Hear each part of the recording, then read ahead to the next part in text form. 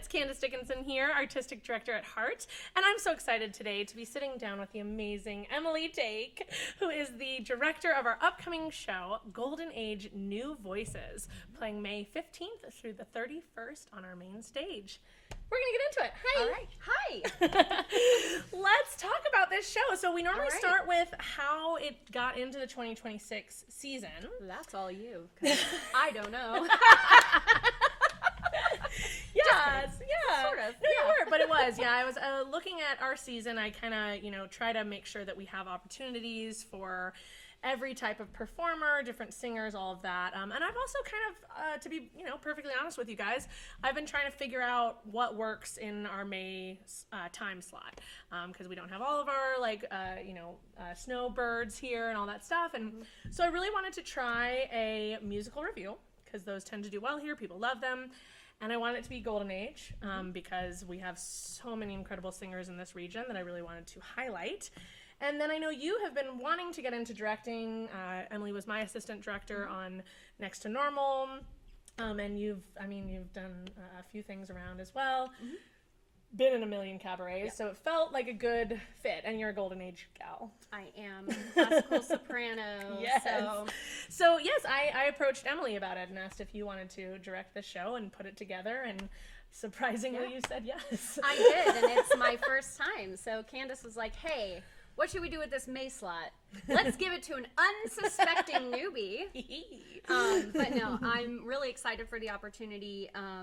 Definitely it was a big undertaking to both create and direct the show, and also, as the new voices in the title will indicate, there was also some rewriting and some transposing and some kind of musical hurdles that we had to get over as well. So, which again to me made you a really good fit for this, because Emily also teaches voice, so you have that skill set as well. In fact, you and Schwa kind of co-music directed this, and then you also had Gina Puri help with some of the arrangements, and also our pianist Kelly Jackson has been invaluable.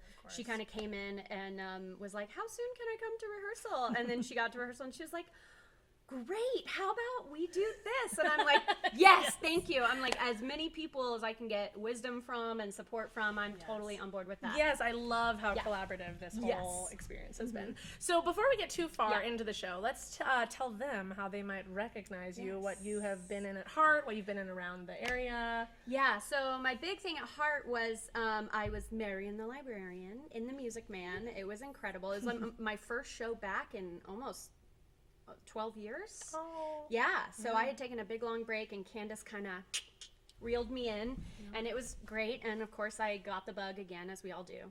And then I've kind of just kept going. So I've done some things at Montfort. I was in Twelfth Night and The Tempest. I have done some things at ACT now. I was the witch in Into the Woods, which was like, oh my gosh, the biggest honor of my life to get to play a witch. And then I was in Rent recently. So I've been kind of, going around, and also I costume. So I've costumed some shows here at HART. Yeah, I helped with Anything Goes and Next to Normal last season. I costumed Big Footloose, Big Fish was also my first time costuming it, and everyone has like 15 costumes. I don't do halfway. If you can tell, I don't really do halfway things. Exactly. So that's kind of where I've, I've done a bunch of stuff at Montfort, costumed for a lot of the War of the Roses, which was a whole thing. Yes. And like we said, Emily teaches voice at HART as well, so take a group voice from Emily. It's really fun. It is. Yeah. So now let's get back into the show. Normally we kind of go on the synopsis next, but since this is a musical review, so there's not really a plot per se. There's just like the theme of the music. So how about we just talk about kind of that? Like, what was the process like choosing these songs? If you want to name some musicals that you guys picked from, and then your visual concept for the show, because that's really So my big thing about Golden Age is I feel like people either love it or hate it, and even people who love it, it can feel very automatic. You kind of go on autopilot when you're singing it, when you're listening to it, and it's beautiful. Like, no one can deny that it's beautiful, but we miss some of that kind of emotional and artistic punch that it definitely had when it premiered. So the idea that I had was basically thinking about like what were audiences' reactions to this when it first came out, either from reviews or just my imagination. Yeah. And then really trying to bring some of that back. You know, people in these audiences, it was, you know, right around during and right after World War II, people were going through a lot in the country, in the world. People were, you know, escaping into art as we are wont to do. And there were brand new things happening. I mean, really, really innovative uses of dance, new time signatures and harmonies that people were being introduced to, new orchestrations, new ways of staging things. So, and really, I mean, cutting edge and kind of progressive Oh, plot yeah. lines. Oh, yeah. You know, like, I mean, I know We Kissed in the Shadows you featured in your show too, but that, you know, was in, when was that show? South Pacific. No, was, that was or, so that's or King that's, and sorry, King, I think, I'm totally blanking. It was 50 something. Yeah, but to have, you know, interracial couples on stage and in South Pacific, one of the songs that actually the song we open with is an acoustic, or actually a cappella, like 3-part harmony that I arranged of You've Got to Be Carefully Taught. And that was not even supposed to make it into the real show, and Rodgers and Hammerstein were like, well, then I guess there's no South Pacific. And so they let it in, but it was very controversial. And people were upset about it. You know, there were lots of feelings. I think we look back on them now, especially as, you know, younger artists who, you know, tend to lean in this kind of progressive way, and we're like, oh, that's so old school. That didn't age well, like whatever. But if you recontextualize it in the time, it was incredibly progressive, incredibly forward thinking. I mean, truly blowing people's minds, you know? And I mean, like Hamilton. I mean, it feels like I kind of think, I'm like, if I imagine the way people watched Oklahoma, the way or South Pacific, or Sound of Music premiered 14 years after the end of World War II. So, like, people were sitting in that audience who had fought. People were sitting in that audience who had been kicked out of their homelands, right? People had lost family members. People were, it was fresh. And they were putting swastikas on stage and talking about what it means, the intricacies of what it means to try to stand up for justice and not get you and your family killed. Like, it's, I mean, these things they were heavy and they were really, really important. So that's that, and that was the goal. That was what we had talked about. What I'm so happy that you created is putting it so that hopefully we can hear these songs that we know so well from these musicals we know so well with those fresh ears, and kind of like realize like, oh wow, these musicals are still relevant today. 100%. And it's kind of sad that they are as well. But, you know. But I mean, that is kind of the nature of theater. Is like we're almost like cyclical. Cassandra on the street corner being like, hey, we've been talking about this since 1945, and we're still talking about it. You know, I think about we have a piece in there from Pajama Game, the 7.5 cents, which has been updated to $7.50, which is still more than the federal minimum wage. And you know, the whole song is like a spoof of like, what can I buy with that? Like, oh, I'm gonna live like a king on this, you know. And so we've updated it for today, and hopefully people will, you know, we had the conversation, is like, would this offend some people? And I'm like, you know, it might, but it offended people when it came out. So that's kind of the point. So I apologize if you get slightly offended. But we really do keep it mostly entertainment driven and trying to get that emotional impact. But you can't not. Like, once you start digging into Golden Age musicals, you think it's something that's like non-controversial. But you get in there and realize, if I'm making an analogy from this to today, there is no way to not be controversial with it, because it is by nature controversial. And it's art. I mean, that's what the whole thing, you know, that's what I wanted to highlight with this, is like, art has always made people think. It's always pushed the limits. That's the point. So, you know, it is highly entertaining, and it is it's a lot of songs that you will recognize and like be humming on your way home. Incredible singers. But making sure that we honor what these writers put together. So talk more about your visual concept for the show. I'm really excited. And we've been working on it all day. We have, and we've been working on it today, and that's why if we look a little sweaty, that's why. So I was kind of thinking about the idea of, you know, a review in and of itself, but also just the Golden Age, and, you know, how a lot of theaters around the country, community theaters and professional theaters and regional theaters would have done these shows. And my concept was kind of like, wouldn't it be cool if it just looked like a set shop, you know, or a prop shop, costume shop. So I kind of came to Candice. Another huge thing that's really important to me is being environmentally conscious and also being fiscally conscious and trying not to create new things where we don't have to, trying to reuse, you know, reduce, reuse, recycle. So I was like, what if we pulled the backdrops from however many years you've had them and just see what we've got and just put together this kind of pastiche of like, this is the history of a theater. This is a history of a theater who's done a lot of different shows through a lot of different eras. And so it has that feel of like you're stepping backstage. And some of you may never have been in a backstage of a theater, and it's a really magical place. You know? I was so excited when you had this concept because, quick side story, back when I moved back to North Carolina, I was planning to open my own theater. And part of my concept for it was to have a bar that was attached to it. It was going to be called the rehearsal room. And what I wanted to create was exactly what we're doing here. Oh, I had no idea. Because like, to me, that is the most magical place of a theater is the rehearsal room. And what I love about it is there's just random crap in there. Just the weirdest stuff. And you're like, why is there a trident in the corner next to a bale of hay next to, you know what I mean? And you're just like, what? And a teddy bear, like, what is going on?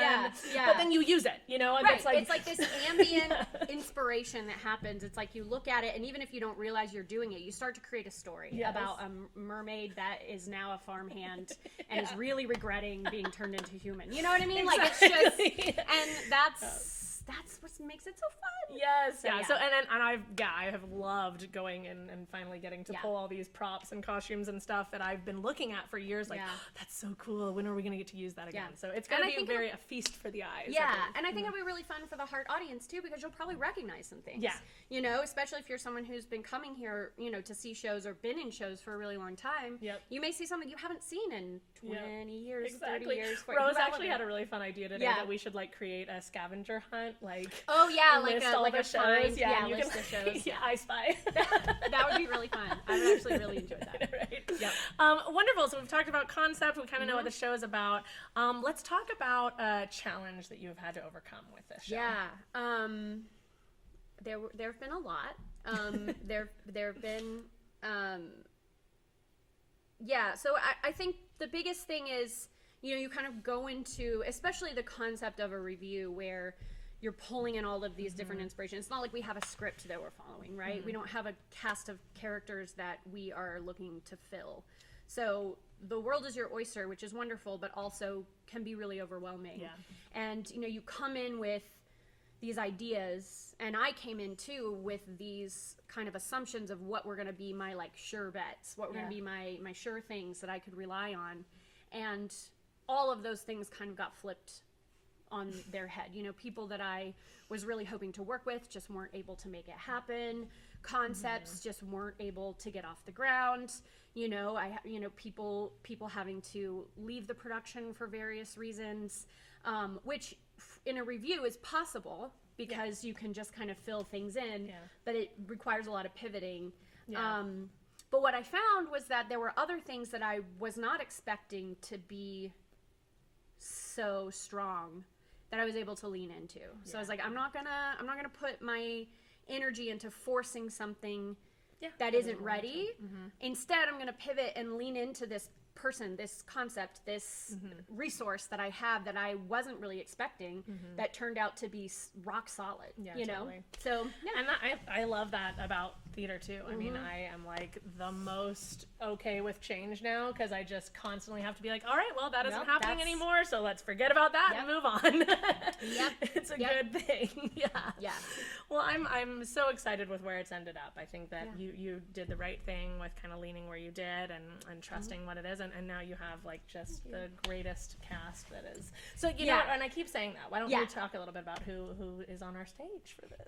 Do names? Go for it. Okay. So it ain't no secret. I know it's not a secret. I just didn't know if you were like, I don't know, whatever. So I'm really excited. Most of these actually all of them now are folks that I've worked with before in various places, and some of them are brand new to the HART stage, which is also really exciting. So we've got Kirby Gibson, who is coming back to the HART stage after many, many years. Yes, you may remember them from favorite Company. Yes. We have River Spade, who I don't believe has ever done anything out here. River is active at ACT and is also on the board, maybe the board chair, I can't remember, of Hendersonville Theater, and a director as well. We have Eric Martinez, who is but incredible classical voice, but also runs Dogged Utopia, which is a new theater company based out of Asheville. We have Schwa Celix, who is a director and music director as well, and just an incredible musician. Just insane voice I've ever. Yeah, insane voice, can sing anything. Can just sing anything. Like I'm singing up in like high soprano land, and I'm like, "Are you?" Yep. Is just that the same yep, thing? Yep. That's the same thing. Okay, cool. And then we have Quinn Terry, who has most recently was in an Iliad. An in Iliad, our, yes. Season Just last an year. incredible Was also performer. in Gods of Comedy. Yeah. You'd recognize him from that. I'm probably forgetting everything. Does some, and has been in things at Montfort and ACT, kind of all around. He's just an incredible performer. He's so funny and weird, and I love it. And then we have Amanda. So Amanda Levesque is also active around Montfort and ACT primarily. Amanda is a wheelchair user and a dancer and, a performer, and so this was also something brand new to be able to bring Amanda in on, and it's unconventional, and it's really fun. But I think the thing that's been really great about that is, not only is Amanda a great performer, just really magnetic, but the enthusiasm of the enthusiasm and just being up for anything. Yeah. People are always trying to treat her like she's very fragile, and I'm like, no, don't worry about that. Yeah, exactly. No, she'll do anything. She's done the Don't clown. worry about. Yeah. So, did I miss anyone? Please No, I think so. I don't think so. Then you have your live band for this as well. Oh, and so Rose is the dancer. Yeah. So we have a featured dancer. So Rose. Sorry, Rose. Only our managing director here at HART as well. Yeah. No, so Rose is featured in one of our dance numbers. We're doing a medley of dream ballet sequences. Gotta do that if you're doing Golden Age. Yeah, for sure. So, and I won't give too much of that away, but Rose is our featured ballerina in that, and it was choreographed by Jacob Wallace, who's another HART, regular. And then we also pulled in Tina Pisano-4, who has worked here before. Yeah, has been out for a while to come in and choreograph one of our other numbers. Yeah. So, and then the live band, we have Kelly Jackson on keys. We've got David Bruce on drums. We've got Misty Thiessen on reeds, and Ella Ledford on violin and backup vocals. Yeah. So it's going to be a really, really incredible sound that you are going to get.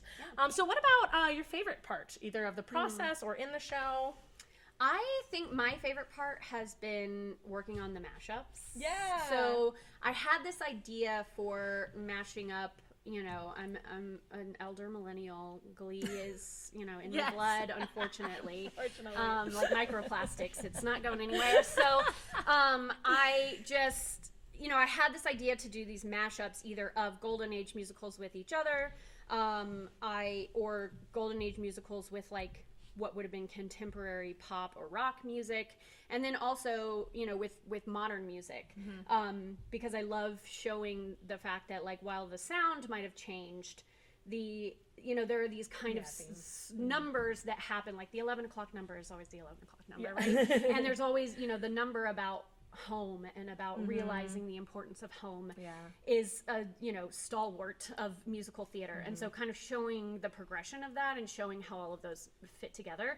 And then I had these ideas, and I am not much of a composer. I can arrange vocally, but I don't play an instrument. So I mentioned it to Schwa, and Schwa just ran with it, and we've got some crazy mashups, and I'm really excited about them. What was the one he was singing the other day that's Bully? It's one of the medleys that we're doing is called West Side Story Remix. Yes. And so the piece you were listening to is Heaven is Somewhere. Yes. So it's mashing up different songs that kind of talk about this idea of like, there's this place where I can belong. There's this place where our love can flourish. There's this place where we can be ourselves, right? And so that's, you know, obviously Somewhere from West Side Story. We've got Somewhere Over the Rainbow that ties in there. And then Heaven is a Place on Earth by Belinda Carlisle. So it's kind of like just, you know, bringing all of these things together and giving people something new to listen to. It's been so much fun. I'm so inspired. I'm like, okay, I want to do this again, but I'm going to learn to play the piano so I can actually help this time. And not just be like, wouldn't it be so funny? Hey, Schwa, wouldn't it be so funny? And then be like, wait, you did it. Oh my God, okay. Exactly. That's so good. Yeah. Amazing. Well, if we haven't sold it enough, why should people come and see Golden Age New Voices? I mean, I don't know about you, but I'm always excited to have my expectations subverted, you know, in a good way, bad way, whatever. I don't really care. I'm like, just blow my mind. I don't really care which way. Just blow it some way. But yeah, I mean, we've got, you know, obviously the classic kind of like miscast, you know, theming going on. We've got gender bent songs. We've got, you know, the songs in the new context. But I think I hope that you're going to see something you've never seen before, you know, and you're going to have that spark that I think all of us in the theater chase of like, oh, like this light bulb just went off and like this inspiration that happened. So I completely agree. I think you nailed it. I think, you know, you're truly not going to see this anywhere else. Nope. And you're never going to see it again. So this is your shot, baby. May 15th through the 31st.